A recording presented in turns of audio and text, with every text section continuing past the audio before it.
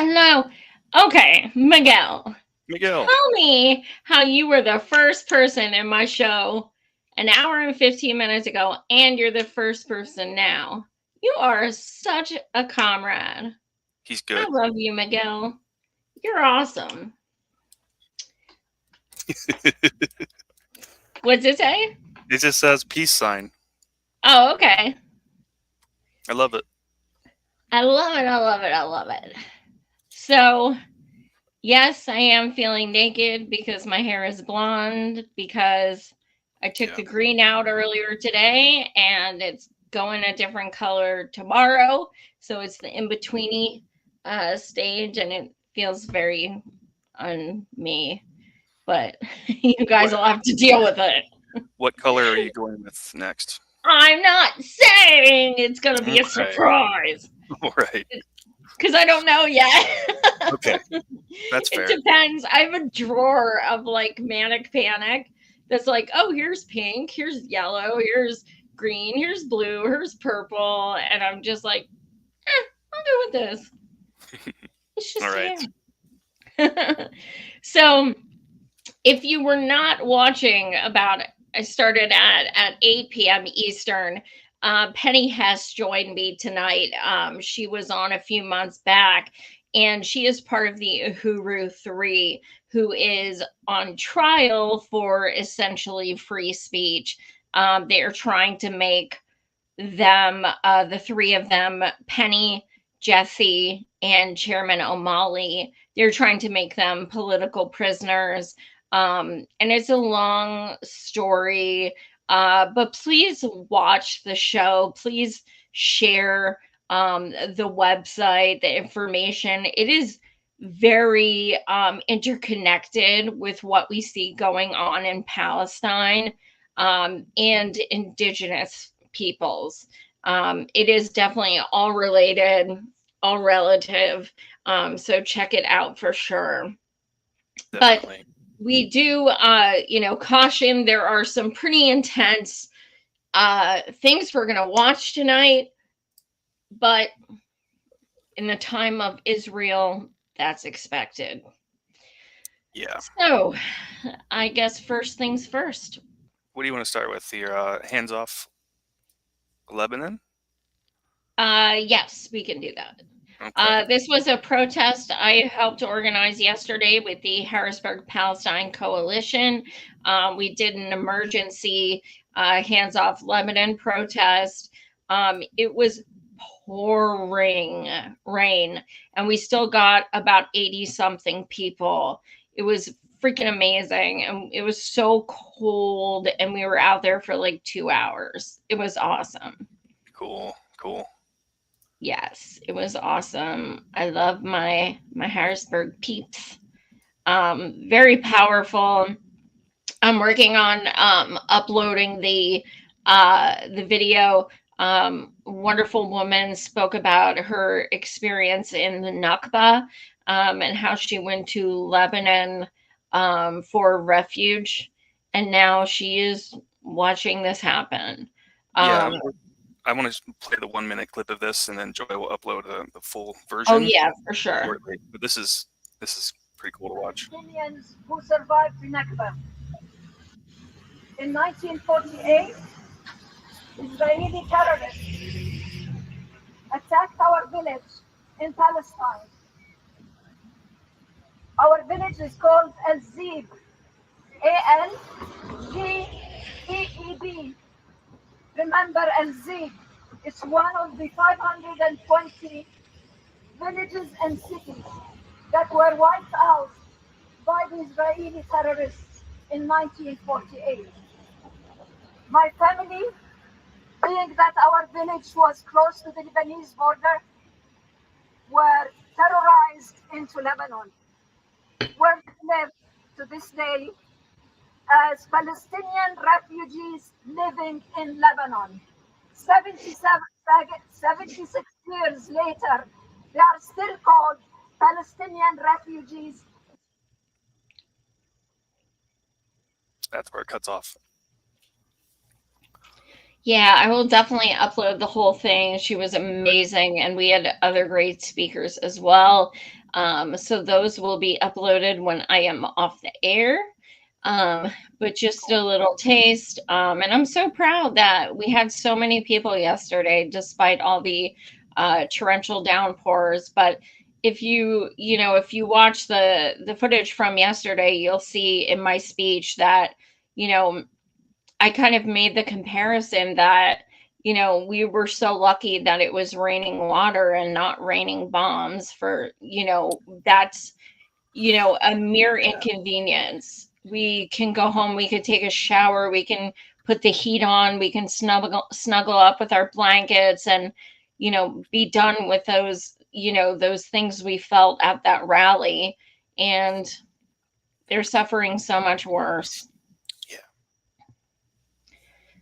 So, and we have a huge event next Sunday on 10/6. We have 44 organizations who have endorsed our event. So I will be posting more about that. And of course, I will be filming there as well. Cool. And we'll be at the governor's mansion. Josh Shapiro, who you may have heard of, he's our governor. Yeah. And Fetterman is our senator. So we have lots to protest. It's going to be interesting. Cool. So what is next? Let's see. We have a clip here. Can the world tolerate Israel? There is this rather odd Israeli question that asks you to endorse Israel's right to exist. No other country I know of demands that you recognize its right to exist. After all, Israel does exist. What is the point? Well, the point has been implicitly that if Israel has a right to exist in Palestine, no other state does. Therefore, this is when you agree Israel has a right to exist, you are agreeing with it that there can be no self-determination for Palestinians. And that was the question. The savagery of the last 10 months or so in Gaza and in the West Bank, which is less reported but equally brutal, have changed that question. The question became, does Israel deserve to exist given its behavior? And we've seen a series of international court decisions in The Hague, which charge Israel with all kinds of illegalities, including the supreme illegality, which is genocide. Now the question post-assassination, I think, has been changed yet again. Can the world tolerate the existence of a state that has shown that there is no criminal act, no act of depravity that it is not prepared to carry out? That is now becoming the active question. Hell yeah. Nailed it. Yeah. The shortest clip ever to nail something so hard. Like, fucking nailed it. Those 3 questions have evolved. Yeah, it's really a slippery slope, isn't it? When you start out saying that, well, we have the right to exist. Yeah, no one else is saying that, are they? Right. It's crazy. Weird. Absolutely crazy. Cool. So shout out to that gentleman. What is our next clip? No, shit's real doesn't care about the hashtag hostages whatsoever. There's something that's been really puzzling me over the last few days, and it's a question for Israelis. Maybe you can help answer this. Maybe you know better than I do. How have the IDF not been able to find the 97 remaining hostages in Gaza? When we look at the ability of the IDF to track, locate, and bomb the top military commanders of Hezbollah and the Iranian Revolutionary Guard all across Lebanon, which is at least 30 times bigger than Gaza. Gaza has around-the-clock satellite surveillance and on-the-ground video surveillance, and has had tens of thousands of IDF soldiers patrolling every square meter of the Gaza Strip over 1 year. And the population of Gaza has several times migrated north and south across the Gaza Strip, and therefore carrying with them or walking with the hostages, and having the opportunity to investigate, no doubt, all of the underground tunnels, and having bombed 70% of the civilian infrastructure in Gaza, therefore limited number of buildings remaining that the hostages could be in. How have they not found the hostages? It doesn't add up. Yeah. And it makes me wonder, given that Israel is known to have killed their own citizens on the 7th of October and killed many of the hostages in Gaza since the 7th of October, is it the case that Israel either knows where the hostages are and just isn't doing anything about it, or just isn't really concerned about finding the hostages? Because if they were as concerned about finding them as they are about killing military commanders in Hezbollah, surely they would have been found by now. Does the Israeli government actually care about finding the hostages? No, it wants or to be there. are they just used as Yeah, pawns? they need them.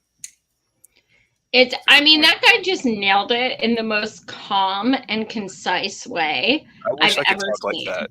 Yeah.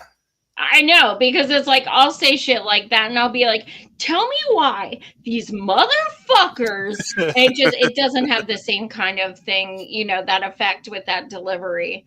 Yeah. But no, he's spot on. It's like they have the, you know, BB loves to say we have the best precision targeting and stuff, and then it's like, oops, they weren't meant to be murdered. It wasn't them. We heard it was, you know, Hamas somewhere in that building. Hamas. Yes.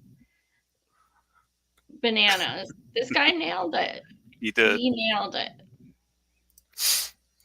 And let me see if I might be paraphrasing, but I wrote it in my speech, so I'm trying to remember. Biden stated 4 days ago, he stated, the people of Gaza are living in a hell. This war needs to end. Okay. 2 days later, which was 2 days ago, he gave Israel another $8.7 billion. That's fucked up. 2 days difference. He's lying. Well, Disgusting. He's the truth, but he doesn't care, I guess. No, and I mean the Yas Queen, she's not standing up and saying, oh, you know, she's saying straight up, I won't do an arms embargo. Like we are so beyond ceasefire. We are so beyond ceasefire. We've been beyond ceasefire for months and months and months. Ceasefire is breadcrumbs, okay? Because ceasefire to us means immediate and permanent. when Kamala and Biden started saying it a few months ago, sprinkling it here and there, they said, for 30 days or starting, and like it's some kind of like incrementalist thing. And it's not the same thing. And when they're saying it and still sending all that money, they don't mean a freaking ceasefire. Give me a break. No, we want an arms embargo now. We want no more money, no more weapons. We want nothing. We do not want to continue having impunity for Israel to commit international war crimes and for them to continue to bootlick them. Yep. We have shit going on in our own country. We have hurricanes and shit, and people are drowning and dying. They need that. They need the money. Put the money printer pointed at us, please. Exactly. And it's like, it does get, back when I was like less politically involved and wasn't as knowledgeable, like when I was like in my 20s and stuff, it used to gross me out so bad when Republicans would say stuff like, stop helping other countries, give us money here. And I'd be like, people are less fortunate. We have to help people. Yeah. But what I learned as I got older is we're not helping people because they're less fortunate. We're helping them by giving them money to commit war crimes. Exactly. If we were helping people because they were less fortunate, we'd be helping Palestine, not giving money to Israel. Yeah, we'd be very popular. We'd be on the world very stage popular instead of being embarrassed. And we have something about that later, don't we? All right. I have this 10 minutes Instagram reel from Oh, it's worth it. Mo Hamza. So let's get into that. Hi, everyone. So Kamala's stupid ass has me out here again. So for those of you that don't know, my name is Mu'adh Hamza. Hamza with that H sound that sounds like hummus. Also that H sound that sounds like Hamas, Hezbollah, and Houthi. You know that H sound that Israelis don't know how to pronounce, revealing their culturally appropriating, non-indigenous fake asshood. That H sound that scares all you non-woke white folk in Western governments because you are all racist by nature and have dehumanized us to a level where you can see what is currently happening, which is the erasure of an ethnicity that doesn't suit you or your needs, while calling those fighting this erasure terrorists. And speaking of terrorists, meet the newest terrorist of our world, Kamala Harris, who just put out a statement after Nasrallah's murder, solidifying her terrorist tendencies and her undying, unwavering loyalties to a terrorist state that is now internationally known not just for genociding an entire people in Gaza, but specifically and strategically genociding the children of Gaza. So let's break this statement down in the simplest of ways. Hassan Nasrallah was a terrorist with American blood on his hands. Oh boy, I can't even get through the first sentence without having to expose the utter bullshit, ignorance, and outward dehumanization from this fake-ass bitch. Hey Kamala, did you mean the terrorist state of Israel killing this American, and this American, and this American, and this American, who all happen to be mistakes by Israel because they investigated themselves and deemed it so? These Americans don't count, right, Kamala? You didn't even speak to the family of Ayşenur Egi, who is the American that happened to be of Turkish descent, as if that fucking matters, and was just recently killed by Israel a couple weeks ago. But yet this is what you do when a former Israeli soldier, who happened to be American as well, is killed as a prisoner of war. Go ahead, read it. And speaking of Israeli soldiers, do you know that the Americans Kamala is talking about in this first sentence are these Americans? Yup, Americans that leave America to go serve a foreign government within their raping, child-killing, least moral, and most demonic Israeli occupation forces. Salute to the United States of Israel. Let's go to the next sentence. Across decades, his leadership of Hezbollah has destabilized the Middle East and led to the killing of countless people in Lebanon, Israel, Syria, and around the world. Let me pause here in silence, since most of you seem to be awake to this bullshit by now.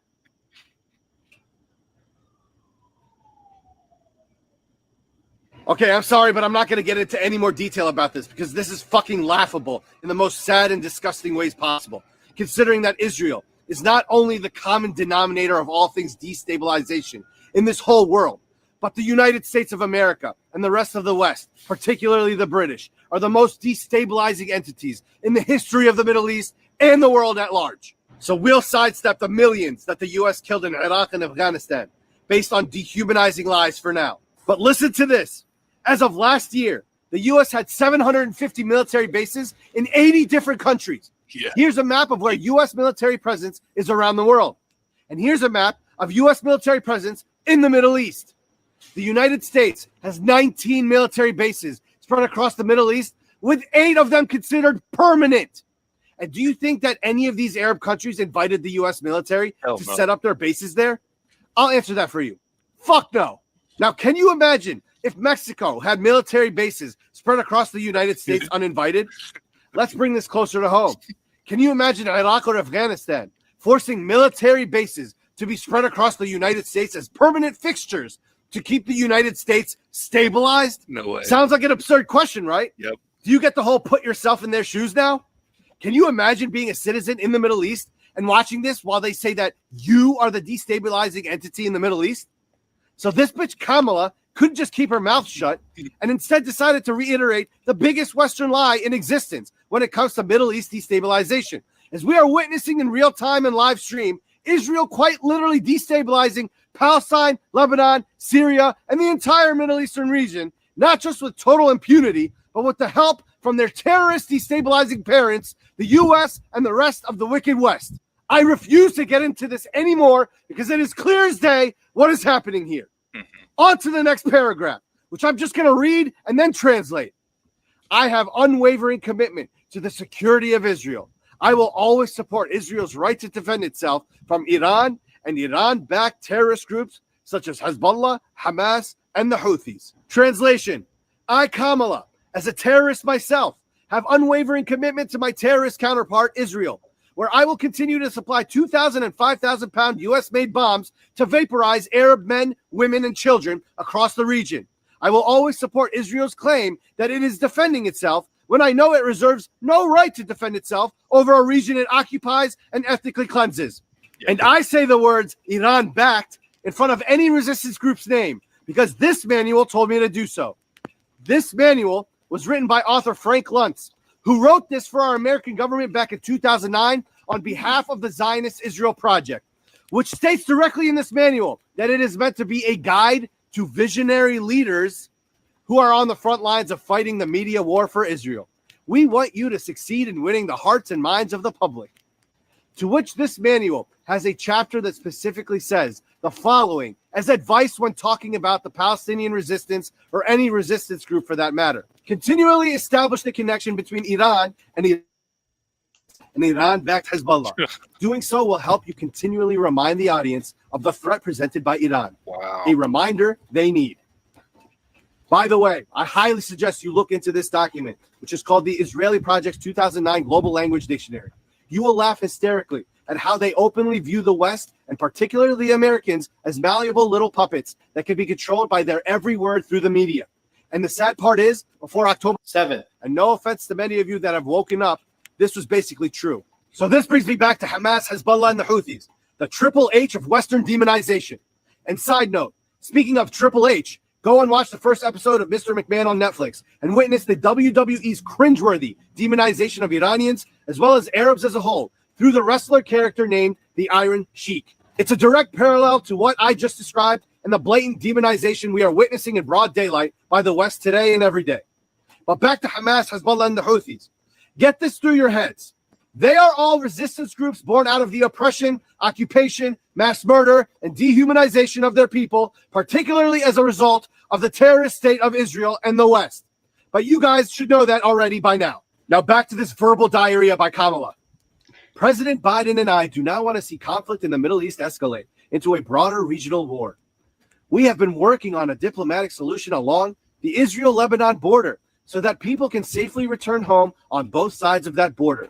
Diplomacy remains the best path forward to protect civilians and achieve lasting stability in the region. This entire paragraph by nature is the literal opposite of what our eyes have been witnessing for every single minute of every single day for close to 12 straight months. This paragraph alone should insult every single human being on earth through its open, pathologically lying nature. Because not only do we know that Palestinians are being genocided with no homes to go back to in Gaza, but now we are watching this happen to Lebanon right in front of our faces, all as a result of their diplomacy of providing all the money and weapons the terrorist state of Israel needs to continue the mass murder of Palestinians, the Lebanese, and whatever Arab population that decides to fight back. We are watching the United States quite literally escalating Israel's terrorism with hyperfuel, not only by arming them to continue, but by letting them give the actual orders to mass murder civilians from U.S. soil. And this bitch had the audacity to say, we don't want to see conflict in the Middle East escalate. Fuck out of here. This entire statement right here is a complete shameful disgrace. Yet the saving grace is that it's also her open letter to the world, where she admits to being an active participant in war crimes while boasting about being in direct lockstep with the most terrorist state on the face of this earth.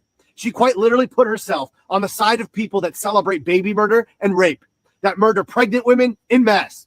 She put herself on the side of people like Israel's Minister of Education, who said, and I quote, "There is no difference between Hezbollah and Lebanon. Lebanon will be annihilated. It will cease to exist." So you go ahead, Kamala. Keep writing and speaking your confessions. At this point, your true colors are out. And no, I'm not talking about them colors you try to use to make yourself out to be some ethnic minority. You fake ass, race card waving, cop city loving, Arab dehumanizing piece of shit. We see you for what you are, a terrorist in the truest form, cloaked in a blanket of fake feminism, fake pro-lifism, and fake humanity, all for that almighty APAC dollar and that sweet loving from your Zionist husband. And funny thing is, we have a few words in the Arabic language that represent you, Kamala, that represent your utter stupidity and despicable nature, which all happens to start with that H sound that you Westerners love to hate and can't pronunciate. Kamala, inti himara, haywane, wa haqira. What did that say? What was it? Was it Kamala, translated? inti himara, haywane, wa haqira. The words are not in English, Oh, okay. so I don't know. His Probably video fuck you. give me life. Yeah, His outrage is just so beautiful. I love it. He's so spot on. Teresa says, well said. Yep. I agree. He's awesome. And that's such a good point. Like, we are, as Claire Daly calls us, America is the world's bully. That's the truth. And if anyone would say, like, I'm going to set up bases in your country, oh my God, I just had the worst thought ever. If Israel said that, we would do it. We would totally do it, and people would be fine with it. Oh my God. So I took the liberty of searching for that Israel Project 2009 Global Language Dictionary PDF. I found it. It's 116 pages. I'm going to look through it, send you some Oh highlights. yeah, text it to me, please. Yeah, talking about children and the culture of hate, talking to the American left, you know, it's good. Oh my I'll God. share it with you later. Some dystopian shit right there. Yes. Yep. Like, they don't even delete that shit when all this happens. Because Yeah, they I brought it up know, in Google search. It wasn't even hidden from me. there are no fucking ramifications for them. It doesn't matter. They're out in the open committing genocide. Well, what are you going to do? Say something bad about Jews? You can't do that because you'd be Hitler, Joy. True. They got you. They got us. True. With that. They did.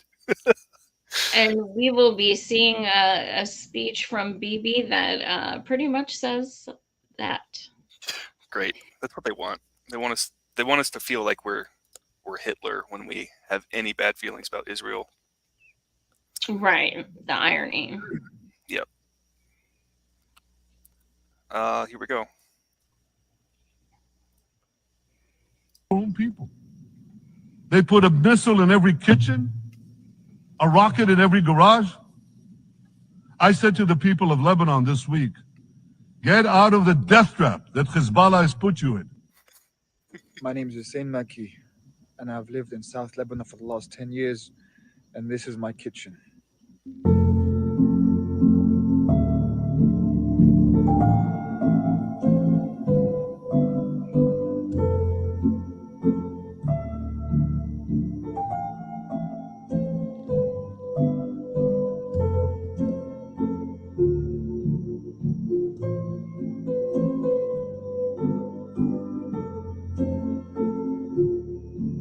Own people.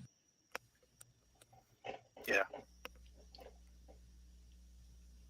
Really living large there. Definitely have the, the ability to have very sophisticated military. And that's what's so fucking gross. Well, it's one of the million things that are so gross. Yeah. He literally says it's all of Lebanon. Yeah, He's not even saying like it's particular houses in certain areas, or the wealthy, or this and that. He's literally saying in every kitchen. They put a missile in every kitchen, a rocket in every garage. Right. So you're literally saying all of Lebanon are terrorists. Because guess what? We're saying that about Israel. But we actually have receipts. Gross. Wow. So fucking gross. Yeah. Next, we have something from Cuba at the UN has a statement.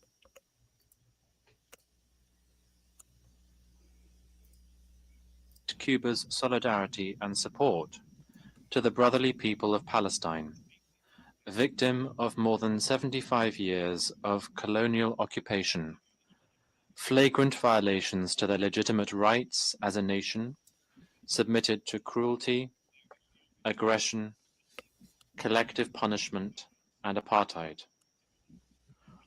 Over the last 11 months, the Israeli army has massacred more than 40,000 civilians. In that indiscriminate and disproportionate massacre, this has killed more boys and girls than men and women. They die with the complicity and weapons contributed by the government of the United States, with the complicit silence of others. We pay tribute to the more than 220 aid workers of this organization who have also been killed. Cuba's position is clear and unequivocal. President Miguel Díaz-Canel Bermúdez has said, and I quote, "History will not forgive the indifferent, and we will not be among them. The genocide against the Palestinian people must end unconditionally and without further delay." Israel, with the complicity of the United States, has brought the world to the brink of a major world conflict. The irresponsible aggression against Lebanon, Syria, Iran, and the people of the Middle East will have consequences that are hard to predict. Yep. Well said. Oh, man. If we only had one leader like that.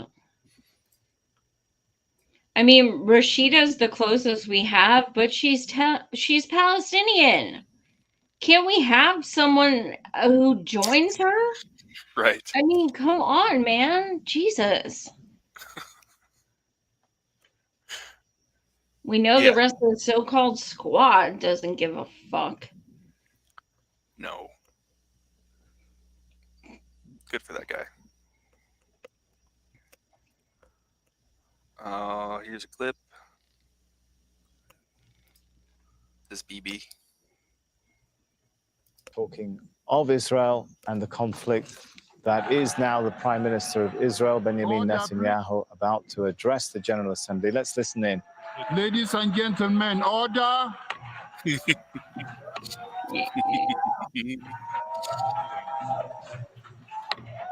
Order, please. What we're seeing Order, please.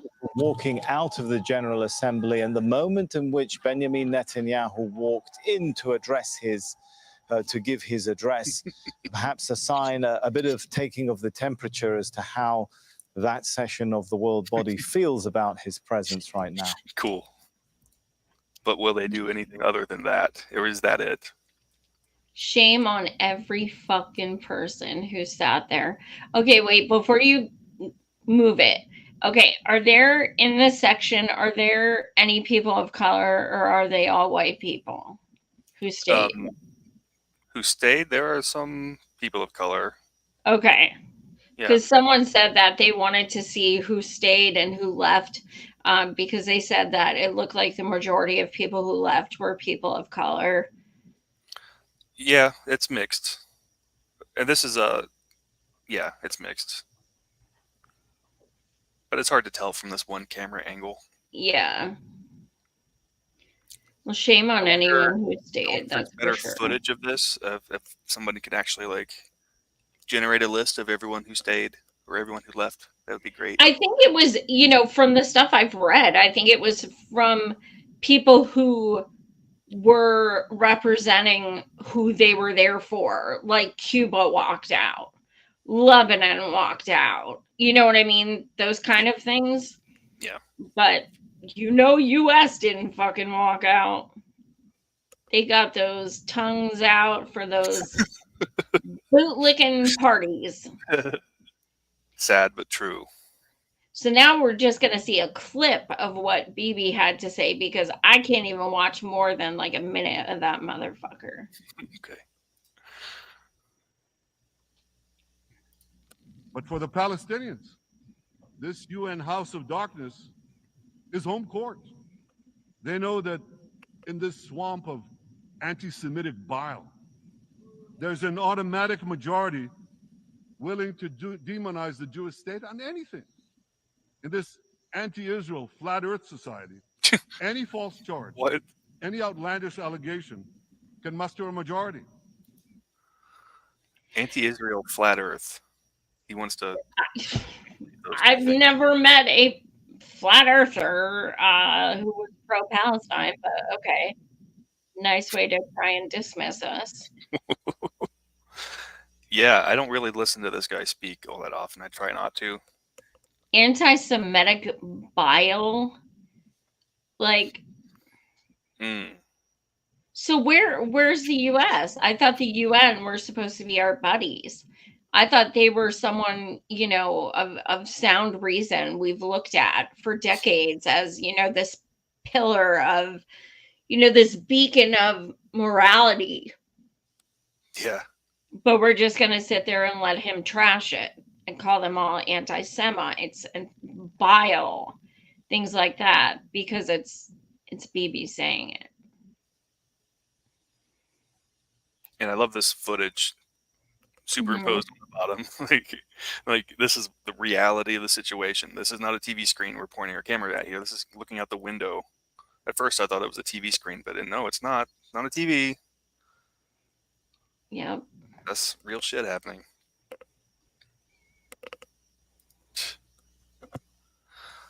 All right. Israel is manufacturing consent in order to genocide the Lebanese. I would believe that. This is a horror film the Lebanese have seen before. Dystopian videos purporting to show homes packed with hidden Hezbollah weaponry, making the case that civilian dwellings are legitimate targets for the Israeli military. It's a narrative that has long been part of the Israeli script in multiple wars waged over decades, a form of psychological warfare designed to terrorize people and manufacture consent for war. Yep. It has been used infinite times in a genocidal campaign on Gaza alone. This Israeli-produced cartoon telling people they had missiles in their showers and rocket launchers in their garages. It was sent to Lebanese mobile phones and posted on social media just this past week. People were told to leave if they didn't want to die in the bombing of their area. In Lebanon, in the last few days, there were over 80,000 messages sent to people telling them, evacuate your home, immediately because we're going to attack. You're living in a vicinity where, Hezbollah fighters are hiding weapons. The Minister of Communication actually received a message on his own mobile telling him to evacuate his office in the Ministry of Information because Hezbollah is hiding weaponry. The Minister of Culture received the same message. So Lebanese have lived through this drama before. It feels like deja vu to us. We're really accustomed to Israel's propaganda efforts, and we know that most of Israel's communications during the war basically instill fear in the people. Lebanese are used to getting these kind of warnings to leave your village, and these are kind of ridiculous. Just because you're notifying somebody about bombing their house doesn't mean you're justified in doing it. Right. The IDF has warned you to get out of harm's way. I urge you, take this warning seriously. What often happens is that and on hospitals, schools, residential homes, they have nothing to do with Hezbollah. So the feeling among people is that these bombings are not targeted, that they are quite indiscriminate. Yeah. Like, where the fuck do you want them to go? You're telling 80,000 homes, which could be what, 3 times that as for number of people, leave your homes. Where the fuck do you want them to go?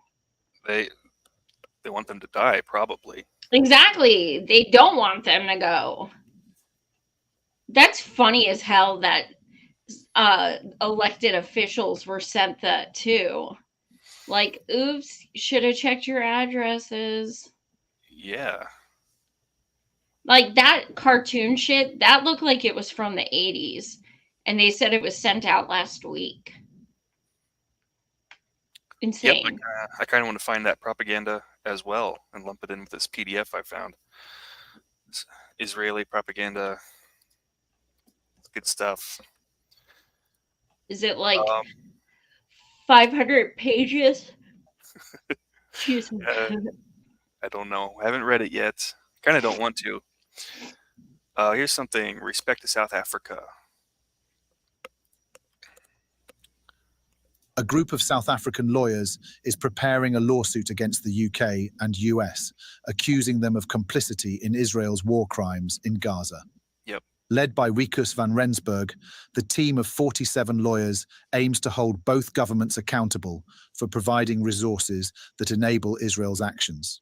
This legal effort follows South Africa's case at the International Court of Justice, ICJ, where Israel is accused of genocide. Van Rensburg believes the ICJ ruling will guide their case and could result in sanctions against the US and UK, even if they do not accept the verdict. Van Rensburg points to the lack of accountability for US crimes in Iraq, noting the current situation in Palestine as an ideal scenario for legal action.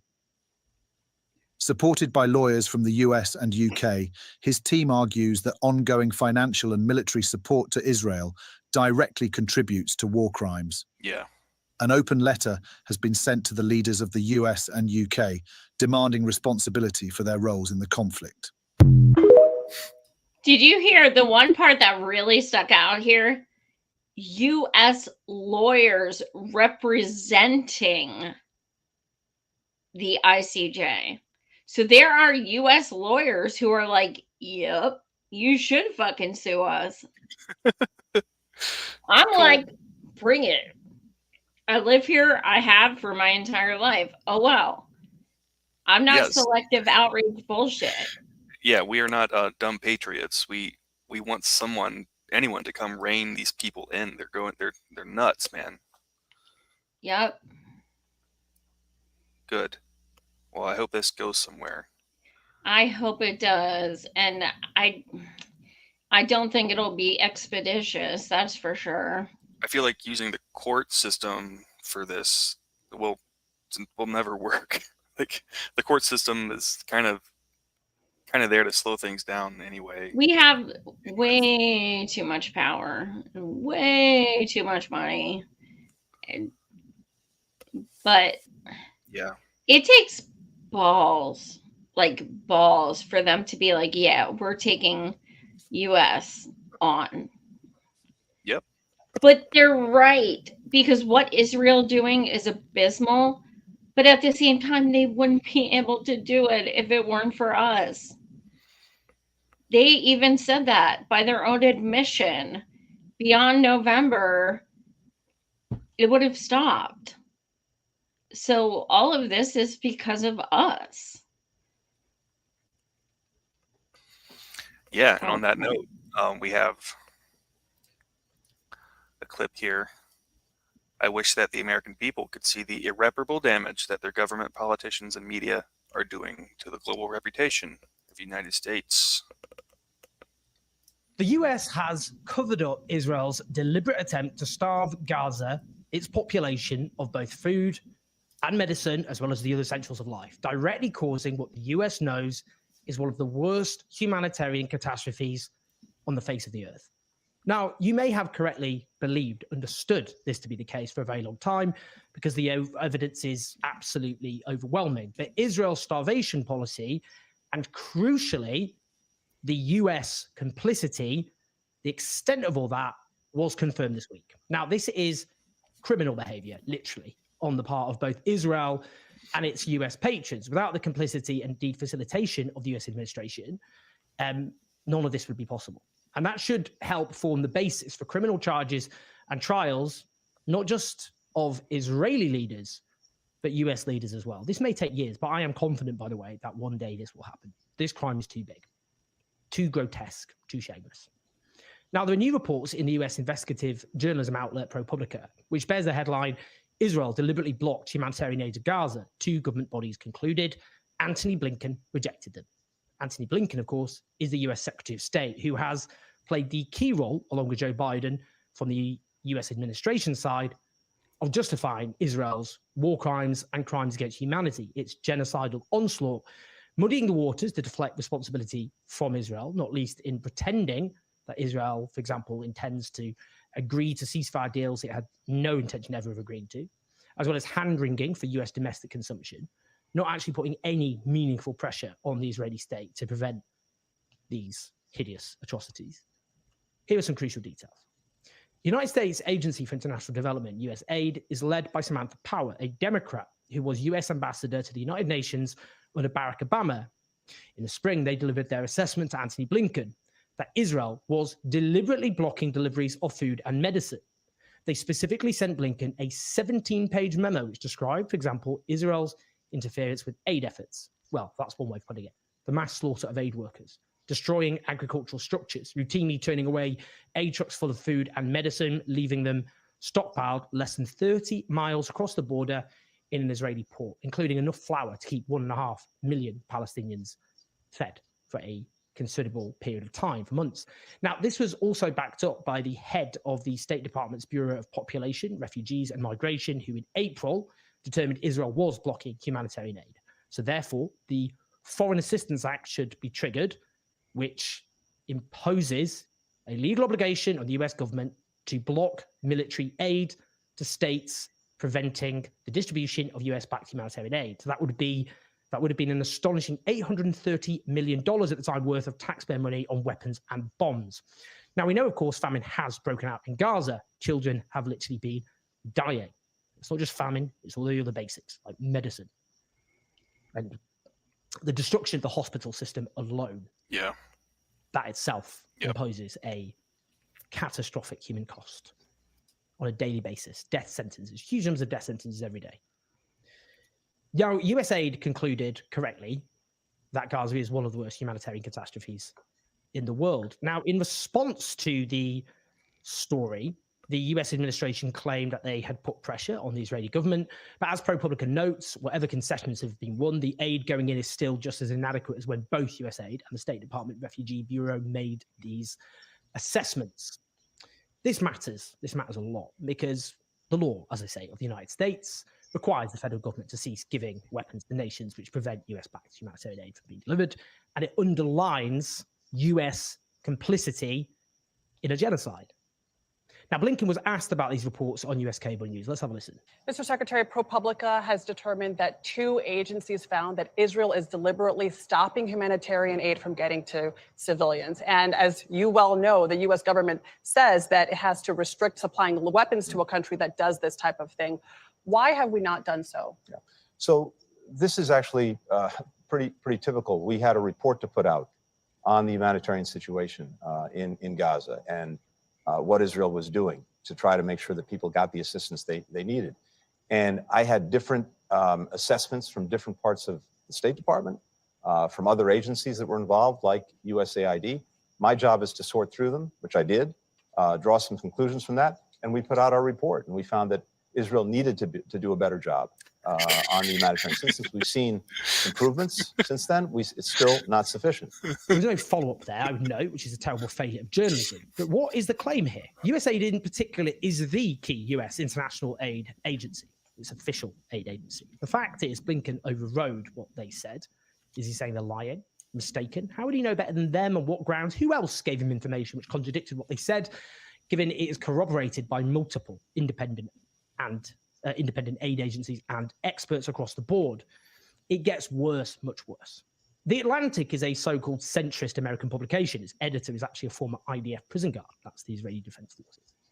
You can hardly accuse this publication of having some anti-Israel agenda, though, of course, Israeli propagandists claim anyone who doesn't propagate Israeli lies and deceits are Hamas. Let me read. Oh, it cuts off. I know. So the interesting thing also about this that he didn't touch on is how ProPublica found this out. Well, a woman who was working for Blinken was the one he asked to type up the memo saying that nothing was found in these reports, and she quit and said, I'm not going to fucking do that. And then she whistle blew. Nice. Like, he literally said, type this up and say we found nothing. And then let's just say, which we know is bullshit, but let's just say Blinken was right. And what he said is that they could do a better job. You're sending them. Yeah. Like, you guys got to do a better job. As if it's some not weapons us. in the meantime. I'm surprised that Talking Head even asked him that, honestly. Yeah. That, to me, is one of the most egregious things in all of this. When the proof comes out of these things and nothing happens. They're not going to fire Blinken because then it looks bad on Biden because he's the one that works with him and hired him. And they're not going to hold him accountable because if they do, then they have to hold others accountable. Yeah, it would collapse the whole house of cards if we were to admit that we did anything wrong here. And let's keep in mind, it's not just people, being murdered in Palestine because of weapons. It is them dying of starvation, of lack of water. I swear if I see one more video of these kids trying to drink water from mud and shit like that, just putting their hands down in the ground and trying to gather up some semblance of water. And that's us. That's our doing. Israel could not be doing what it's doing without the United States. It wouldn't be possible. And the United States couldn't do what it's doing without Israel. In fact, we would have to create an Israel if it didn't exist. Isn't that what Joe Biden said? Yep, that's sure what he said. I think it's a mutual thing. We need each other for evil purposes. Well, enough about Israel. How about topic 2? I have something from Butch here. Let's do it. I just have to observe a moment of silence for Imam Marcellus Khalifa Williams, who was put to death yesterday by this corrupt imperialist state. And we heard nothing from the Black woman who seeks to lead this country into the next phase, right? We heard nothing from the Biden-Harris regime, people who could at least speak, even if there isn't an immediate federal mechanism for clemency. We have a massive void of moral leadership in this country. Every effort to protect Team Blue, to protect the Democrats from facing accountability for the evil that their own hands have wrought is equally evil. If you are trying to shield them from the electoral consequences of 200,000 plus deaths in Gaza, consequences of 11 months of genocide, of increasing police murders in every single year since they have been in power, in sending troops in riot gears in Democratic controlled cities, Democratic controlled states to crack kids' heads like they did at UCLA, like they sent troops in riot gear to my own campus at UCSB, then you are part of the problem. Wake up and unplug from the propaganda machine. Everyone is fear-mongering around Trump as though fascism is not already here. Yep. Yeah. I love that And guy. that's why I'm voting for him. That's why, Butch. That's why. Yes, Jill could Hell not yeah. have picked a better VP. She couldn't have. Yeah. Do we have any comments? I can't see you. Oh, we have a couple. About the previous topic, the IDF was pouring concrete in their aquifer on day 3 of this. Yeah. Yeah. And Teresa also says, Dr. Stein, Dr. Ware, 2024, no other choice. Yep. No other option. Tommy says, cry out to Jesus while there is still time. Well, that's something we could do. What did he say? Cry out to Jesus while there is still time. I don't know. I don't know if you're being facetious, sir, but I am Not sure. atheist as it comes. So, If it thank helps, you I'll do it. for I'll that. try it. It might help. You never know. So you have something coming up tomorrow? Tomorrow night, 9 p.m. Eastern. Holy shit. If you guys watch my show, you know that I've interviewed Temujin Kensu on my show numerous times from prison over the past 4.5 years.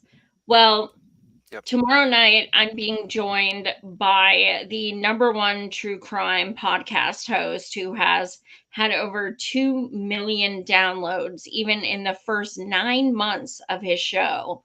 Called 1 Minute Remaining. They did a 6-part on Temujin. And I always recommend that. I'm like, if you want to learn about him, you gotta listen to this 1 Minute Remaining.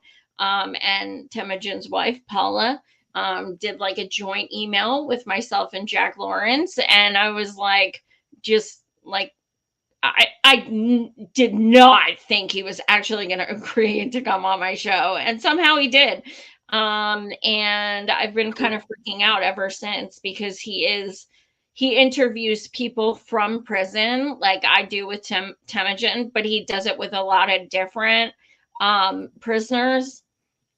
And it's just a very, very intense and beautifully done show. The idea of 1 minute remaining is, and you'll hear it on my conversations, my personal conversations with Temujin, when their 15 minutes are coming up, there's this like robot that comes on that says, you have 1 minute remaining. And then you have to say your goodbyes and stuff because you know it's going to hang up. So that's where the title came from. But Jack Lawrence, he'll be joining from Australia. I'm nervous as fuck because I'm gonna be like trying not to fangirl, but yeah, somehow he agreed to come on tomorrow night. You are not going to want to miss the show. So 9 p.m. Eastern tomorrow night. Mark your calendars, man. I'll be tuning in for that. For show. That's cool. I may have you on the back end just because the last time I had someone from Australia, oh my God. It was a nightmare as far, well, there's 14 hours difference, first of all. Yeah. So it'll be 11 a.m. for him when we do 9 p.m. Eastern tomorrow night. And I had to literally download Zoom on the spot because the StreamYard wasn't working in his Australia computer. Like, this was another guy, he's a gentleman who did an Assange documentary. And that just gave me such bad anxiety. And I'm so nervous about taking another person from Australia. I'm like, so I may have you on the back end just in case. Like, Matt, can you just chill out back there if you're going to watch anyway? Yeah. Ay, Dios mío. But yes, that is tomorrow. I'm very excited. Cool. Awesome. I think we're at the funny. Yes, we're at the funny. Time for the funny. You just sent me this image. I am obsessed with this. It is one of the cutest fucking things I've ever seen in my entire life. They had it was like a fashion show, and they had little kids dressed up as sushi rolls. Joy, I don't want to burst your bubble. I'm pretty sure this is AI generated stuff. No. Yeah, this is 150% AI generated. No. Yeah. Yep. No. I'm sorry. You're the boomer here, and I have to inform you. No. Is AI generated. Oh, but it's so cute. It is cute. So AI isn't all that bad. AI is great. Oh, don't tell me stuff like that. My heart just broke in 20 pieces. I thought you knew. You can kind of tell. I wanted to just pick them up and squeeze them. Those little cheeks. You can't. They're not real. I'm sorry. I might You guys, be wrong. put in the comments if you think Matt's mean. I just like telling the truth. You want to know the truth? Yeah, I guess.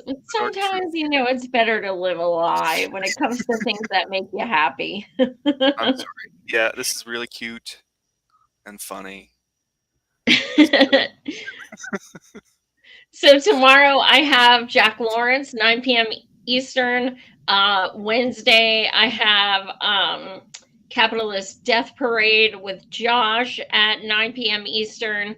And then Sunday I have our huge 1 year 10-6 Palestine protest at the PA Governor's Mansion, Josh Shapiro. So yeah, a lot going on this week. Good. Smash the like, smash subscribe, and do that. Yes, please. And I do have a buy me a coffee. Anything you guys chip in can help me go see Temujin in Michigan in person, which he's been asking me to do for over 4 years. And I keep telling him I will, but it costs money. So yes, anything you can donate, that would definitely help me get to him. We got to start putting these links in the description of the video or something. Make it easier. Right. I should definitely do that tomorrow night too. For sure, since it's specifically about Temujin. Well, thanks so much for watching, guys. And thank you, Matt, as always, for joining me. My pleasure. Don't forget to tune in tomorrow night, 9 p.m. Eastern. It's going to be a freaking badassery show. I don't think that makes sense, but a badass show. We'll edit that out later. It's all right. All right. Good night, Joy. Much love. Adios, everyone. Adios.